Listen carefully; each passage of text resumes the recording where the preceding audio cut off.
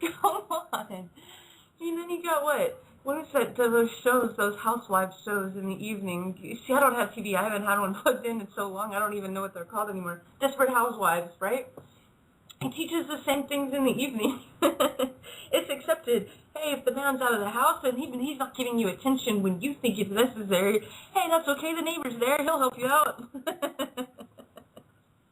Yeah, okay.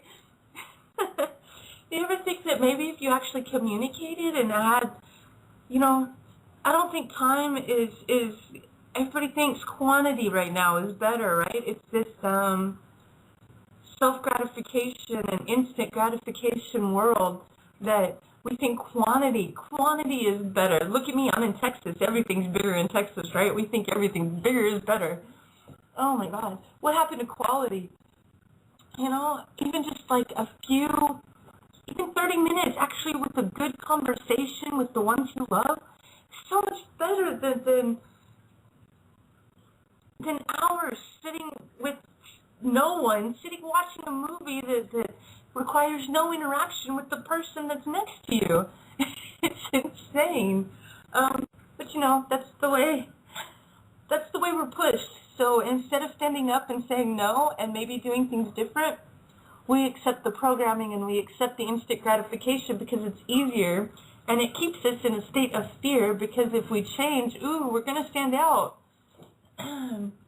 Sorry, individuality is important, and being different is important because you can learn from someone who's different. You don't learn from someone who's just like you, do you? What do they tell you? They're going to tell you exactly what you already know. And how does that benefit you, and how does that benefit mankind? And how does that benefit us going anywhere different than where we are right now? But, that's just me. I think there's ways. And the first way to actually gain control of your life is your food. And I know that's hard because people are scared to cook again. It used to be that your parents and your grandparents taught you cooking.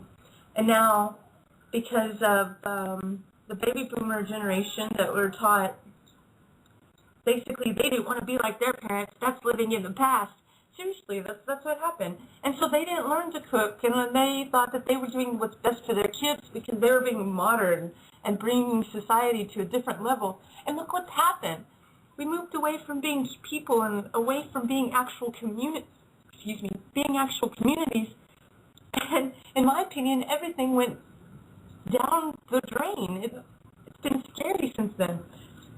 Oh, I just got the hiccups, and that's fine. Sorry, guys. Hold on. Let me take a drink. But there are ways around it. Everything's been mechanized, right? We have robots now that do most of the jobs that we did with our hands. And when we create things with our hands, it makes you feel like you've actually done something. That you can take pride and be proud of what you did, not what you hired somebody else to do with a monetary system that just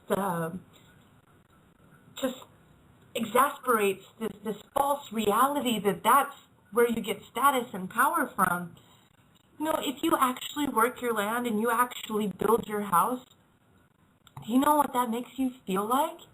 Do you know if you actually build, we used to build models, as kids. I remember even building model rockets.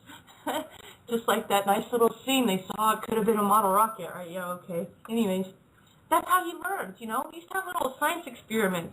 I even used to have like little microscopes and telescopes, and now no, TV will tell us better, they'll do it for us.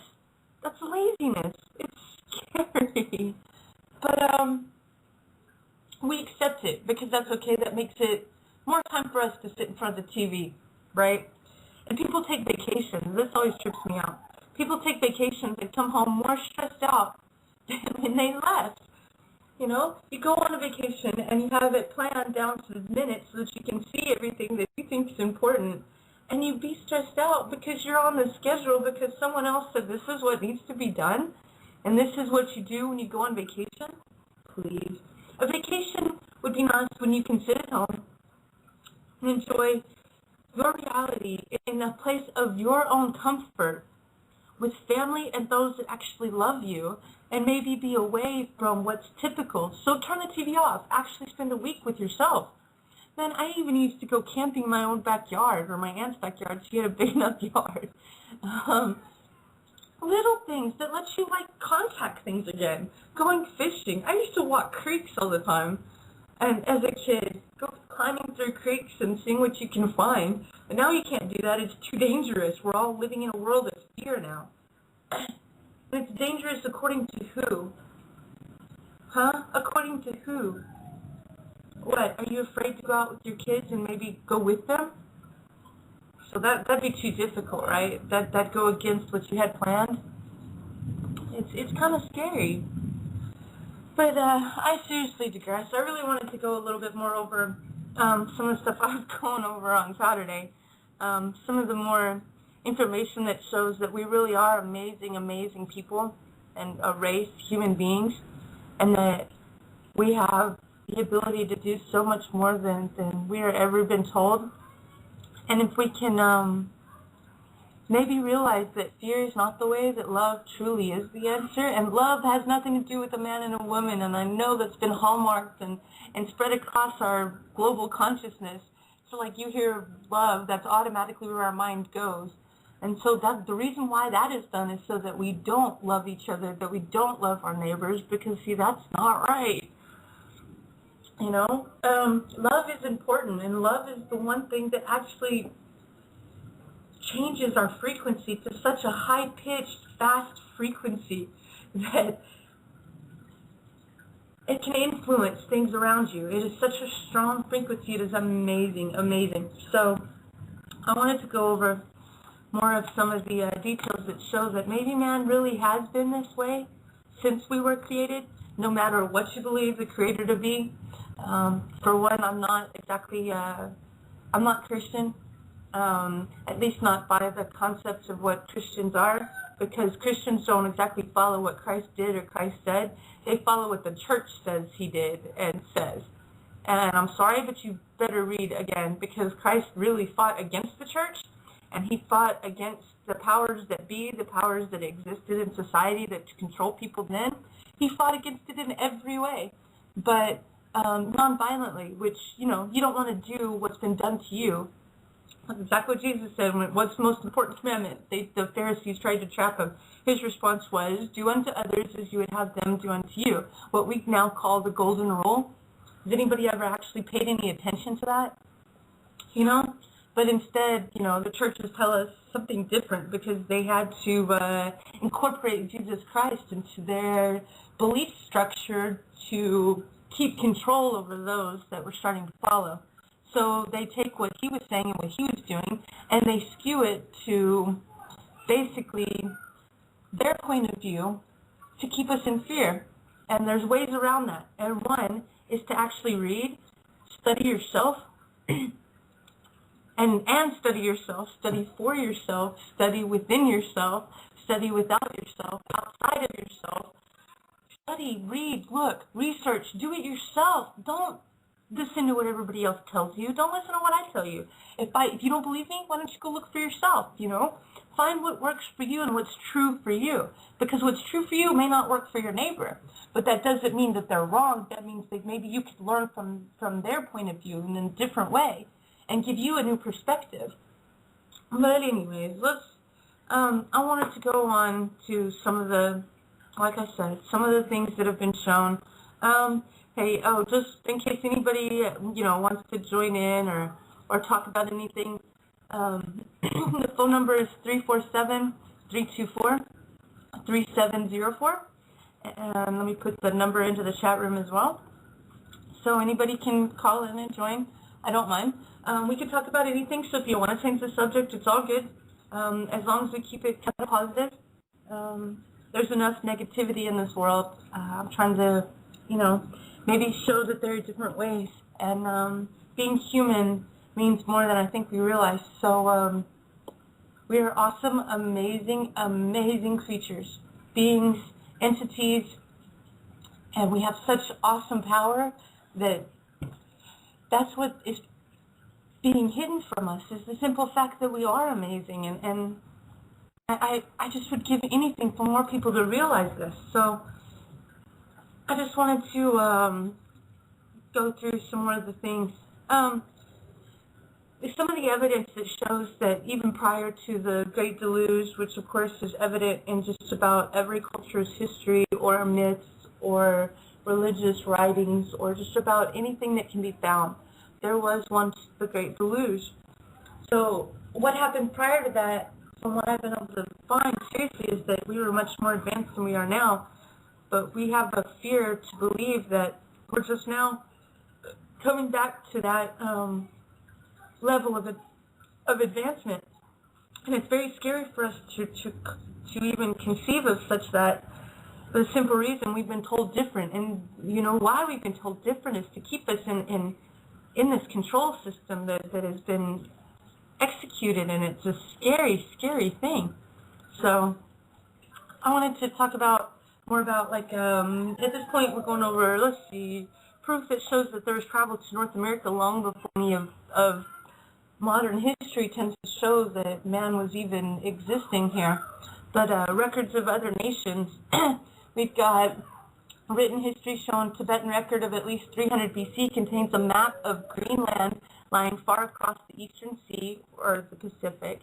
There's writing that shows Greek navigators spoke of islands in the Western Sea, the Atlantic, with the great mainland beyond America. Also regions where it is said for 30 days on end the sun sets for little more than an hour, and for several months the night is fully illuminated by the western twilight. And if anybody's ever gone to Alaska, that should sound pretty familiar right then and there.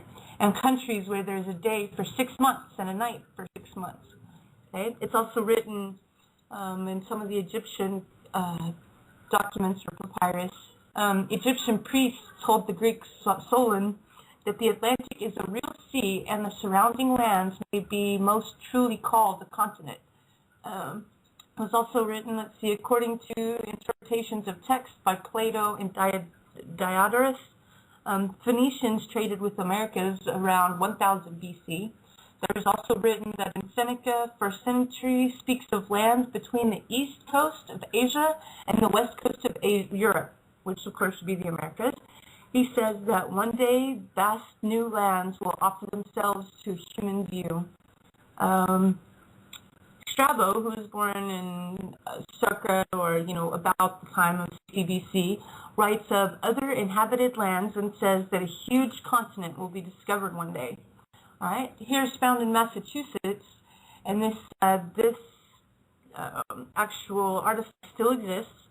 An underwater rock carving in Lake, see if I can say this correctly, Assawampset in Massachusetts was temporarily exposed when the waterline receded during a drought in 1957. It clearly portrayed a ship of ancient Phoenician or Minoan style, suggesting it was incised with the sea level was lower and the level of inshore waters corresponded. Okay, there is also something found in Tennessee, a stone found in 1885 near Morgantown, Tennessee, bore an inscription speculated to be recent Indian. However, when the stone is turned upside down, the letters spell a message in ancient Canaanite.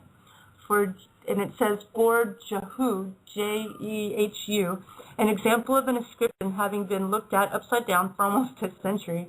In Canada, there are writings that show the Mi'kmaq clan of the Algonquin nation wrote 2,000 characters of pure Egyptian hieroglyphs. Okay. How about this? Arab remains in America are still fairly numerous and can be found in several different states and still exist to today in many museums, especially in their lower vaults. Let's see what else we got going on here. How about the Great Lakes region? Two-way transatlantic trade around 2500 BC is indicated by woodworking tools and fishing gear found in the Great Lakes and in ground slate knives found in Scandinavia and the Baltic countries that match exactly.